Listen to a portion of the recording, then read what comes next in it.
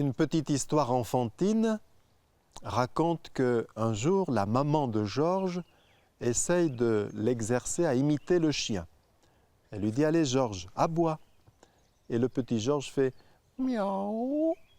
Alors elle lui dit « Non, ça c'est le petit chat qui miaule. Toi, il faut que tu fasses « wou, wou, wou, wou !»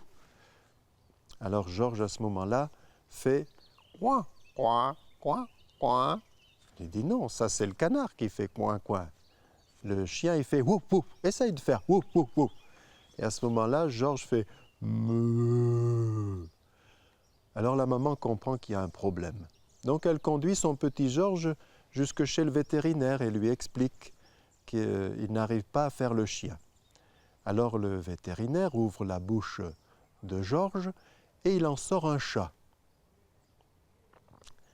Alors à ce moment-là, la maman de Georges lui dit « Allez maintenant, fais le chien !» Et Georges fait « ouin, ouin, ouin, ouin !» Alors le vétérinaire enfile son gant et il plonge dans la gorge de Georges et il en sort un canard. Et à ce moment-là, Georges fait... Alors la maman dit, ben non, ça c'est les cochons, il faut que tu fasses...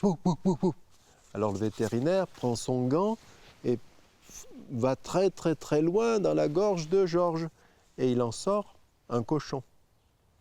Et à ce moment-là, Georges fait... meuh.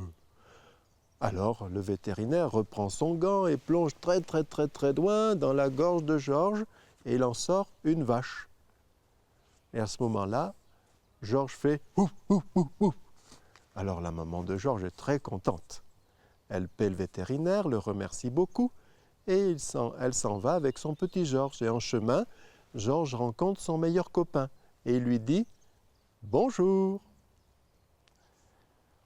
Jésus, dans l'Évangile, décrit notre cœur profond de deux manières paradoxales. Tantôt il dit que c'est la demeure des trois. Dans l'Évangile selon saint Jean, il dit « Si quelqu'un m'aime, il gardera ma parole. Mon Père l'aimera. Nous viendrons chez lui, nous ferons notre demeure auprès de lui. » Et tantôt, Jésus le décrit comme un panier de crabes, en disant que c'est de notre cœur que viennent les pensées mauvaises. Et il les décrit, vol, meurtre, adultère, agressivité, envie, jalousie, grossièreté, etc., etc. Et on peut donc dire que lorsque le Seigneur vient en nous, il trouve en nous toute une ménagerie, tout un zoo. Par exemple, il y a le lion de l'orgueil et de la domination. Il peut y avoir aussi le coq ou le paon de la vanité, le renard de la fourberie, le serpent de l'envie, l'ours de la possessivité, la pie des commérages, le singe de la moquerie, le rhinocéros de la brutalité, le pachyderme insensible, c'est pas mon problème, le lièvre peureux, le cochon étalé dans son plaisir, le chien colérique et le ver rongeur de l'inquiétude, c'est le plus sournois. Mais Jésus ne fait pas comme le vétérinaire qui élimine petit à petit toutes ces bêtes. Que fait Jésus? Il va les apprivoiser. Il va les dresser parce qu'il sait que nos défauts, c'est le revers de la médaille. Nos défauts sont l'envers d'une qualité et il suffira de les travailler pour qu'ils deviennent qualité. Par exemple, la pie bavarde. Bien sûr, c'est un inconvénient de bavarder, mais c'est aussi une qualité. Un ami qui avait eu un très grave accident, qui est resté 2 mois dans le coma, et qui a fait de longs mois d'hospitalisation, disait combien il appréciait les visiteurs bavards. Il dit, dans ma famille, on n'est pas très causant, on est plutôt taciturne, et on était un peu gêné, on ne savait pas quoi dire. Moi-même, je ne pouvais pas parler tellement. Mais quand quelqu'un parlait, je m'évadais de ma chambre d'hôpital. De même, la domination, ce n'est pas forcément répréhensible d'avoir un charisme d'autorité, d'avoir de l'ambition, si c'est pour servir ses frères, celui qui a ce tempérament, eh bien, apprendra à l'exercer dans un esprit de service. Le renard de la fourberie, il peut aussi être dressé. On peut mettre son intelligence, sa ruse, entre guillemets, également au service du bien.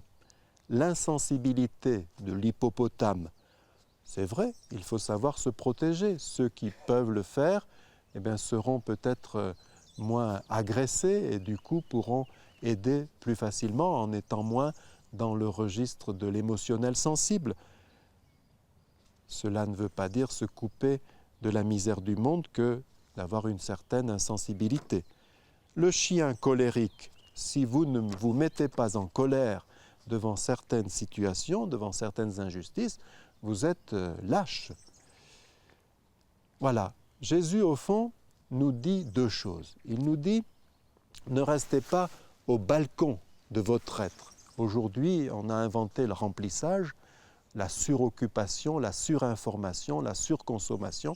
Il est très facile de passer sa vie au balcon en regardant passer les événements. Jésus nous dit, retournez-vous, prenez l'escalier en colimaçon qui vous permet de descendre au fond de votre cœur, là où nous demeurons, où je demeure, Père, Fils et Saint-Esprit. Et puis, deuxièmement, Jésus nous dit que oui, ce cœur est à guérir. Son action en nous, ce n'est pas l'élimination, mais l'illumination. Jésus, petit à petit, va apprivoiser, dresser, civiliser tout ce qui n'est pas encore évangélisé. Et c'est ainsi que le loup habitera avec l'agneau, le lionceau jouera près du chevreau et l'enfant pourra étendre la main sur le nid du cobra.